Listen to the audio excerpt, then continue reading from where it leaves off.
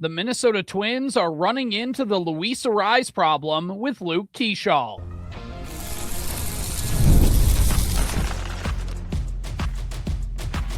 You are Locked On Twins, your daily Minnesota Twins podcast. Part of the Locked On Podcast Network, your team every day.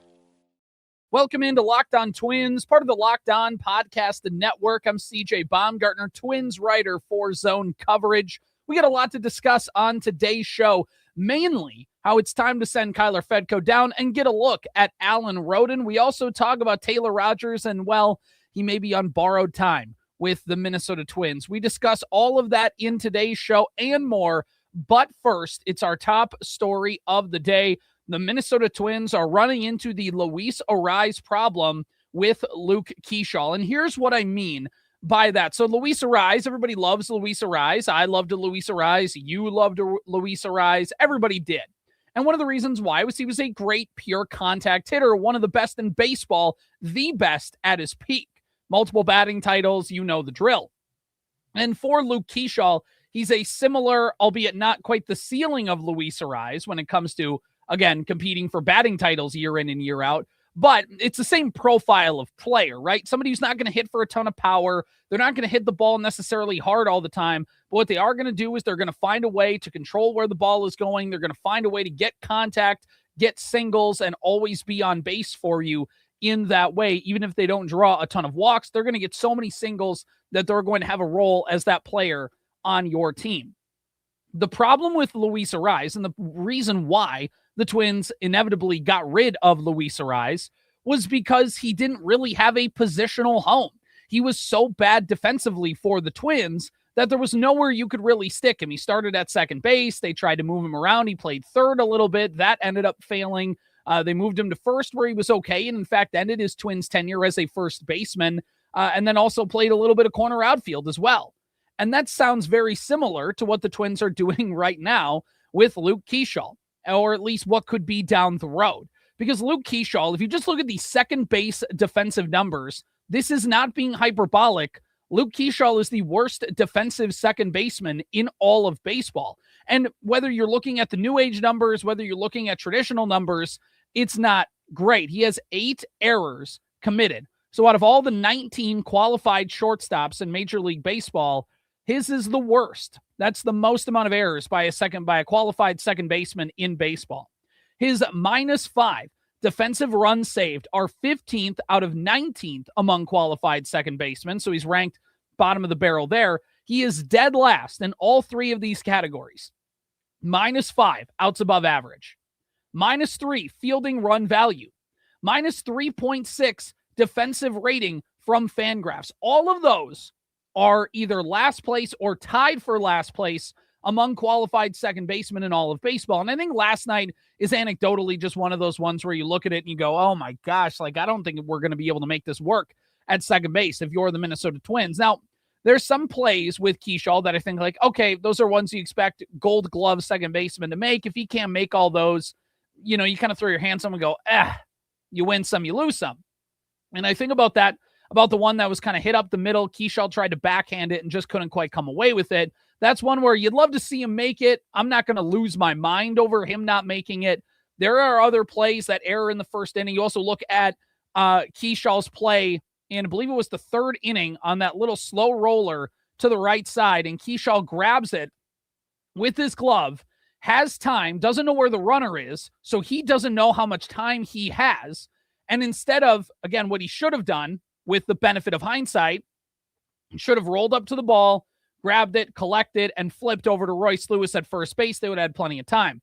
But because he had no idea, he ended up panicking and trying to flip it with his glove. And what he ended up doing was flipping it away from the first base bag towards the home plate side. So like in terms of NFL, Keaschall was throwing first baseman Royce Lewis right into the runner's path, and the ball ends up getting away, a run that ends up scoring. And while the Twins ended up losing by a lot last night, it certainly was one of those plays early that really tipped the scales not in the Twins' direction.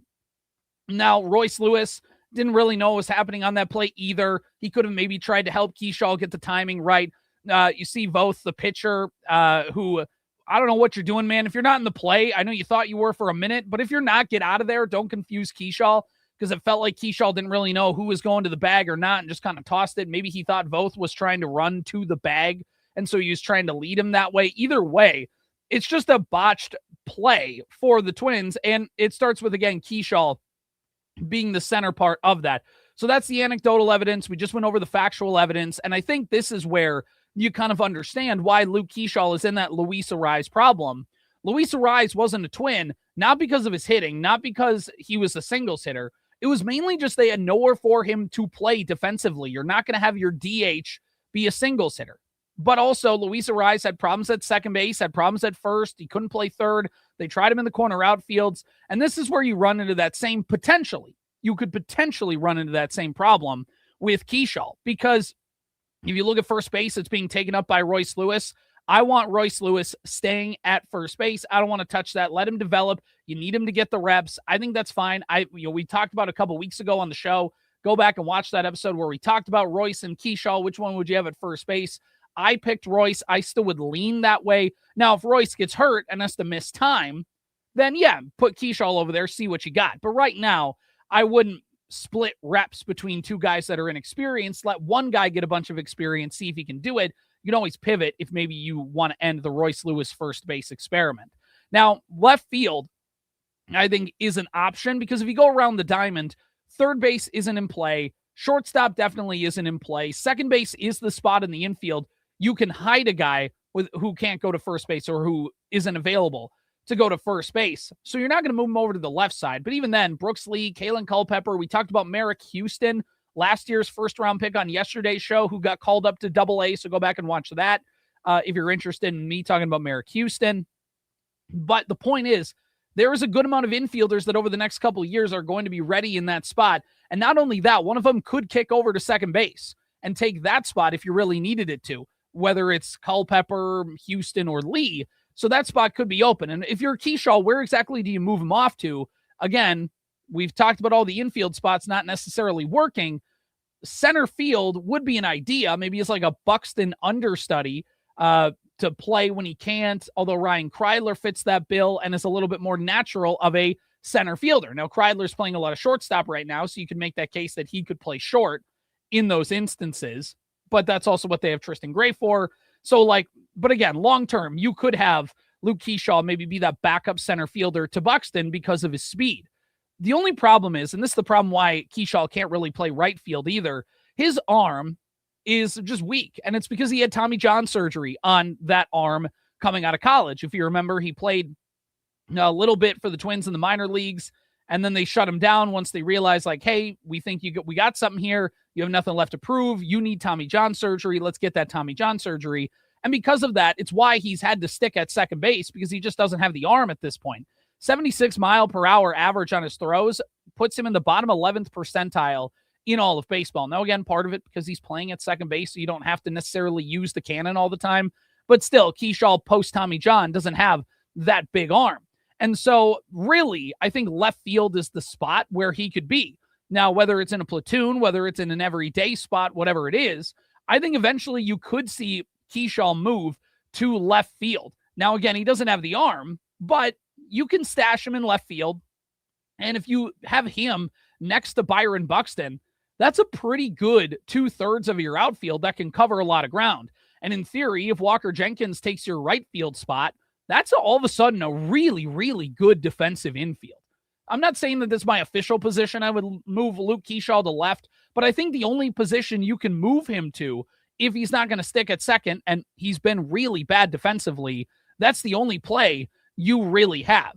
And now, again, to be fair, Luis Arraez, actually, by the defensive metrics, has been one of the best second basemen in all of the league this year. So what is to say is there is obviously a chance for Keaschall to improve. He's still, again, a very, very young player. So I'm not going to necessarily pass judgment and say it's never going to get better for Luke Keaschall at this point in his career. I mean, Luke Keaschall at this point is just 23 years old. So there's still a lot of improvement that could be there, but man, it's just one of those spots where you run into the Luis Arraez problem of, yeah, he's a nice hitter, and obviously Keaschall isn't to the ceiling of Arraez, but you say, hey, this guy's a really good contact hitter. We could have a use for him in our lineup, but we don't know where to put him defensively. And at the end of the day, you still have to be able to play defense just a little bit. All right, well, we are going to continue our discussion of Twins baseball, talking about Taylor Rogers and why his time in Minnesota may be coming to an end, but not quite yet. We're also going to talk about why I think it's time to give Alan Roden a chance over Kyler Fedko. That's coming up after this. Workplace chaos can show up fast. And that's where Indeed Sponsored Jobs comes in. Sponsored Jobs helps you reach candidates who actually fit what you're looking for based on the skills, experience, and locations you're looking for. Because finding the right person can make all the difference, whether it's building a business or building a winning team. Let's take a Minnesota Twins example here, because the Twins could use Indeed Sponsored Jobs because they've just been throwing darts at a board when it comes to their pitching staff. And maybe you know a workplace, maybe you were a part of a workplace once that just kind of threw darts on a board and it didn't go well for you.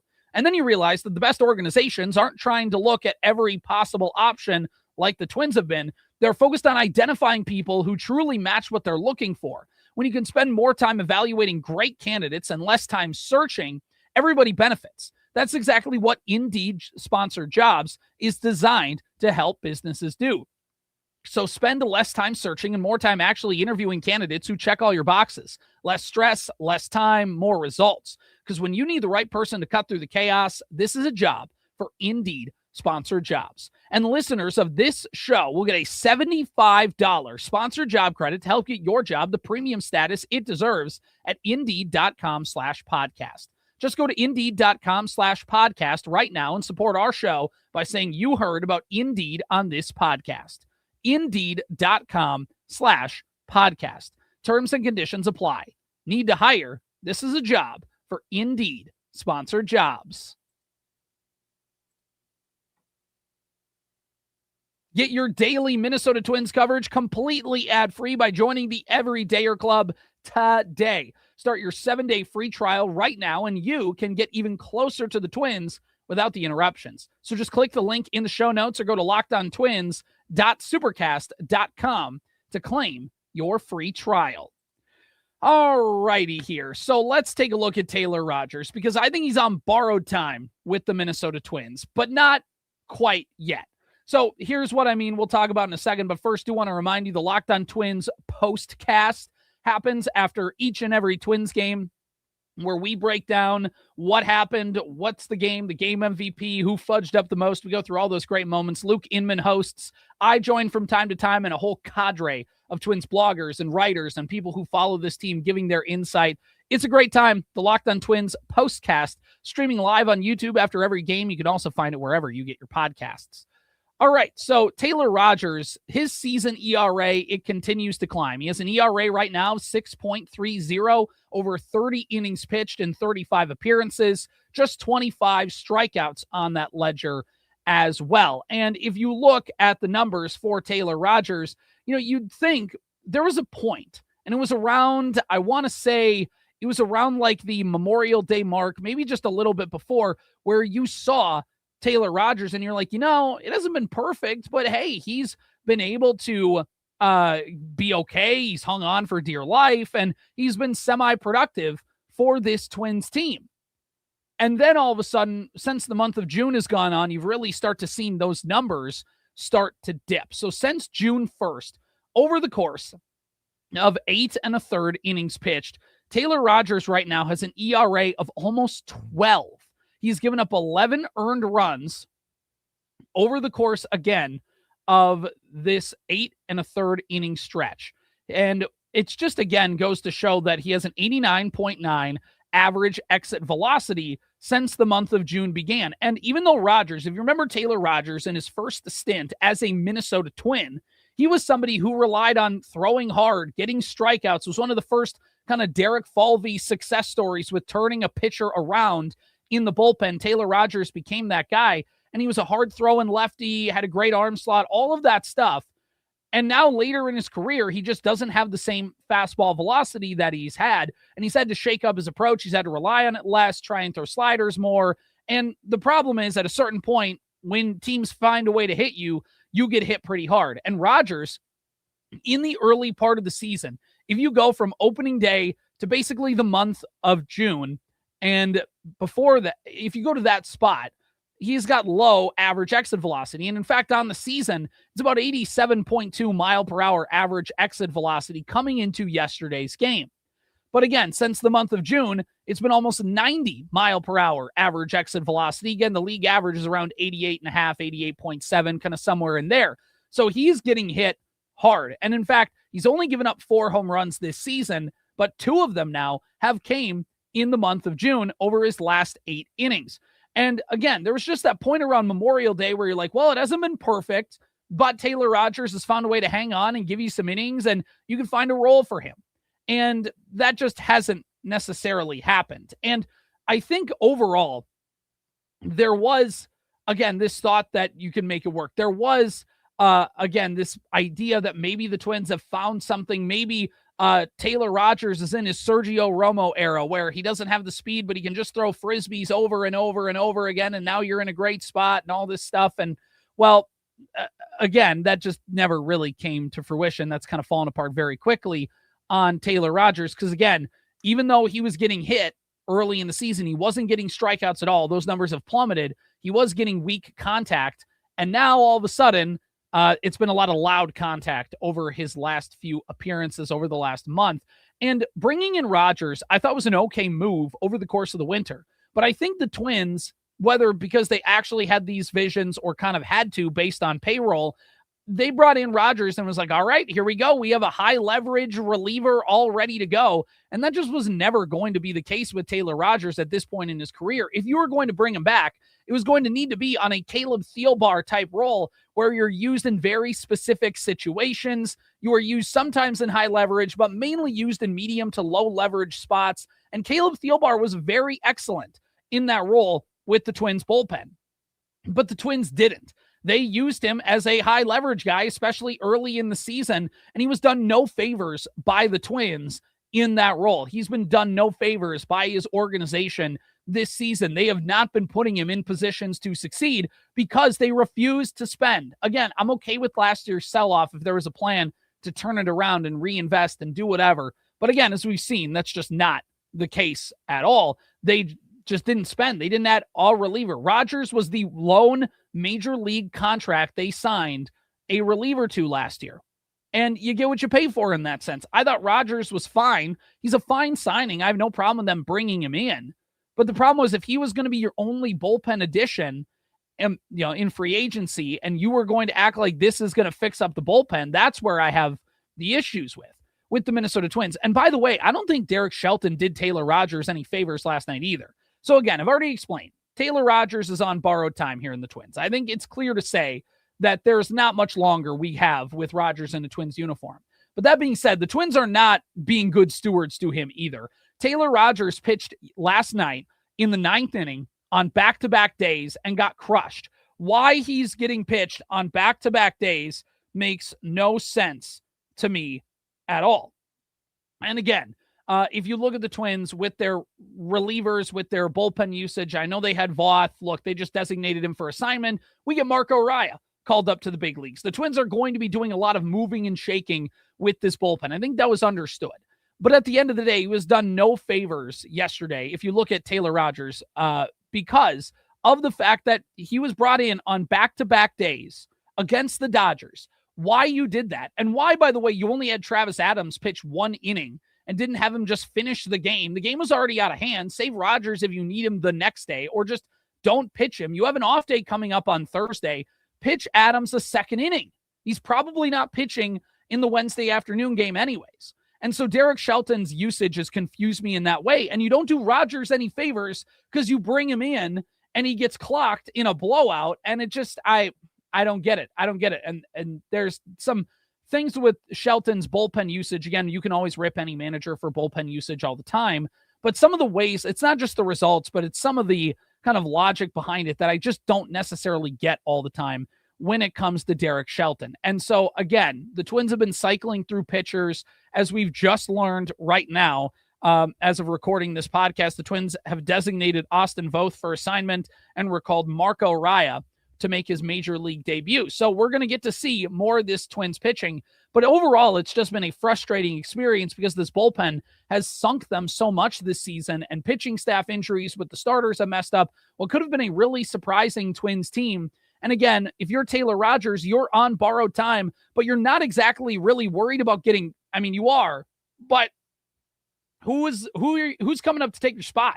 I mean, Marco Arraez just got called back up. Maybe Lawyerson at some point could get sent up in place of Rogers. But if you're Rogers, you're on the benefit of the fact that this bullpen is so bad and they need bodies. They are not just going to cut you. They'll just put you in a bunch of low leverage spots, it feels like. So I don't know. There's nowhere to go here if you're the Twins. And it's why I think Rogers is on borrowed time based on the way he's pitching. But it's not like the Twins are going to be pulling that plug anytime soon because they don't have another button to push. And that's been what's frustrating about this team.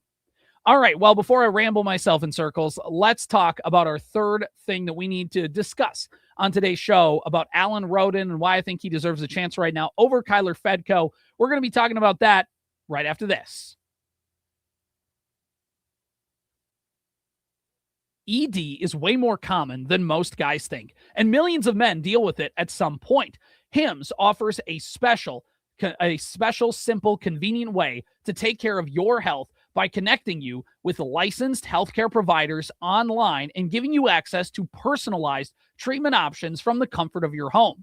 No awkward appointments, no pharmacy lines, just a straightforward process designed to make getting care easier. Because taking care of yourself shouldn't feel complicated, right? And Hims makes the process private and easy to navigate. It's healthcare built around your schedule and your comfort. Because between work, family, and everything else going on, finding time for appointments can be tough. I'm running around with 2 little ones in my house. My wife's busy. So having access to licensed providers online means that you can prioritize your health without having to rearrange your entire day. So if you're in a position like me, hey, you'd like that. That sounds pretty darn good. And so really, to get simple online access to personalized, affordable care for ED, hair loss, weight loss, and more, visit hims.com/lockedonmlb. That's hims.com/lockedonmlb for your free online visit. hims.com/lockedonmlb. Prescription required. See website for details and important safety information. Sildenafil is the generic version of Viagra. Viagra is a registered trademark of Viatris Specialty LLC. Hims is not affiliated with or endorsed by Viatris. Locked On Twins today also brought to you by Odoo. Running a business shouldn't feel like you're trying to connect a bunch of systems that were never designed to work together. I mean, you have one app for accounting, you have another for inventory, another for sales, and somehow none of them talk to each other. And that's where Odoo comes in, because Odoo is an all-in-one business management software that brings every part of your business together in one powerful platform. From sales and accounting to inventory and marketing, everything works in one place, helping your team move faster, stay organized, and focus on growing the business instead of managing software. The best organizations know that success isn't just about talent, it's about having everyone work together toward the same goal. And that's true in sports, just like it is in business. So let me use, again, a Minnesota Twins example, bringing back Trevor Larnach. Now, they wanted to bring in outfield depth. They wanted to see if they could get some more bodies into the mix. And you could tell it wasn't just a reactionary, oh my gosh, what do we do? Let's re-sign Trevor Larnach. This was an organization that had a plan with him, a vision. They stuck to it. And now you're seeing the results because everyone was working from the same playbook. And great organizations win because operations matter. And that's why you should get Odoo. Try for free today at odoo.com/lockedon. That's odoo.com/lockedon. Kyler Fedko needs to be sent down in favor of Alan Roden so he can prove his worth to the organization. Now, Alan Roden was named the International Player of the Week, and it was because he's been having a really great first week back since he got hurt. And then he was on his rehab stint. He came back last week. And in 4 games against the Omaha Storm Chasers, Roden went 10 for 18 with 4 home runs, 7 RBI, 9 runs scored, and slashed a .556 batting average, .619 on base, .1278 slug for an .1897 on base plus slugging. Now, he had 3 hits in his first game back, 3 more a few days later. And of course, capped it with a 4-for-6, 2-home run performance in the series finale on Sunday. He led the International League during the week in slugging percentage and OPS, tied for first in runs, third in average, home runs, on base percentage, fourth in total bases. You get the gist. And this isn't just one hot week, but it is Roden's first week back with the AAA club since being injured. But overall in the season, Roden is hitting .333 with 7 home runs, 22 runs batted in, 18 runs scored, and also has 20 walks compared to 17 strikeouts across his 23 games played. Again, slashing a .333 batting average, .463 on base, .632 slug for a .1095 on base plus slugging. So this is a good moment for the Twins to, I think, call up Alan Roden to see what you have in him compared to somebody like Kyler Fedko. Now, with Fedko, I appreciate the Twins giving him a chance. Fedko had kind of been an organizational soldier, had never been a top 30 prospect, but somebody who made a big change in his swing coming into the season, worked with the Twins coaches, and in AAA had his numbers light up, especially when it came to the power. And he'd earned through injuries a lot of playing time in AAA, and through the Twins needing a body, he earned his big league call-up last week, and he's been given a lot of opportunities to try and see if there's something there, if he can maybe buy himself a little bit more time at the big league level. And unfortunately, that just hasn't been the case for Kyler Fedko so far. He's gotten 13 plate appearances, 10 at-bats. He's drawn 2 walks, struck out 4 times, and just 1 run batted in. He's pinch ran 2. He's gotten caught stealing, he's ran and gotten caught stealing. Not sure if that was a pinch run or not. Can't remember that off the top of my head. But either way, he has just a 154 on base. And when you don't have any hits, it means you don't have a slugging percentage either. So he has a 154 OPS as well. Again, it's small sample size, but there just hasn't really been a lot of Kyler Fedko that makes you go, oh, wow, there's something there. We got to see what's happening. And I think it's a lot relative to Carson McCusker as well. A year ago, he was a guy that was in the minor leagues and it was like, hey, team's bad. Why don't you give him a shot, see what you can do? And the Twins were always very hesitant to do that. And it drew the ire of some fans, rightfully, because you're like, whoa. Can't we see if this guy's any good? And then you get him up there, and then, not that he's all bad, and not that Fedko's been all bad either, but you just go, okay, they look a little overmatched at the big league level. And that right now has just been the playbook for Fedko. Now, Fedko being a right-handed hitter gave you a right-handed platoon option to have Fedko in left field, Martin in right field, Buxton in center. You have 3 right-handed hitting outfielders now instead of having to put Larnach in the outfield or Clemens in the outfield in one of those situations. But now over the course of the next week, the Twins are not scheduled to face a lefty. And if you're not really going to get Fedko on the field in that situation, well, then you probably should just send him down to AAA and see what you have in Alan Roden, because we really have never gotten to see what Alan Roden can do for the Minnesota Twins. He played in a couple games after the trade deadline last year, got hurt, and we never saw him again. And then had a strong spring. The Twins mistakenly started him in AAA to begin the year. I thought he should have made the big league club, but they chose James Outman instead, and that got them nowhere. They just wasted their time with Outman. So I think overall with Roden, you need to see what you have in him, because you just have seen that he's mashed AAA. He is at worst a quad A player, right? Somebody who you go send down to AAA and they're going to mash. Big league career still uncertain. He doesn't have a ton of great big league numbers, but very small sample sizes. And that's the thing. I want the sample size to grow at the big leagues. I already know Alan Roden can mash AAA pitching. That's not the point. The point is I need to see what Alan Roden can provide this Minnesota Twins team going into the future. That's why you got him in the Louis Varland trade, because you think he can be a piece, not maybe a nucleus player, but can have a role on this team going into the future. And if you're the Twins, you need to find out now, because Walker Jenkins is back with the St. Paul Saints. Last night, he had a triple, and he's going to end up getting to the Twins at some point over the next month if he stays healthy. That's my prediction. And if you're the Twins, you want to see what you have in Roden before you get to Jenkins. Because when you call up Walker Jenkins, you're not just calling him up, oh, let's see what we have. We can always send him back down. If you're calling up Walker Jenkins, you are calling him up to be your team's starting corner outfielder and one of your better hitters. So you're not just going to send him up there and platoon him and whatever. You're going to bring up Walker Jenkins and see what you have in him, because he's a top-end talent. He's the number 11 prospect in all of baseball. So if you're Alan Roden, you should get up before Jenkins. You have a little bit of a head start because you returned from injury sooner than he did. So get back up to the big leagues if you're Roden. See what you have in him over the next month. And if he does something like Fedko, you go, okay, guess he's just the guy. And then you let Walker Jenkins come up and do what he's going to do. But if Roden can come up and prove that he can at least be a nice backup left-handed hitting corner outfielder, well, now you have that on your team going forward, because it's unlikely Trevor Larnach is going to be a Twin next season. There's a good chance he gets traded at the deadline. And yeah, there will be opportunities post-deadline for Roden. But that being said, what are we waiting for? If you can just send down Fedko, it's not like you have to cut bait on Larnach to get Roden at bats.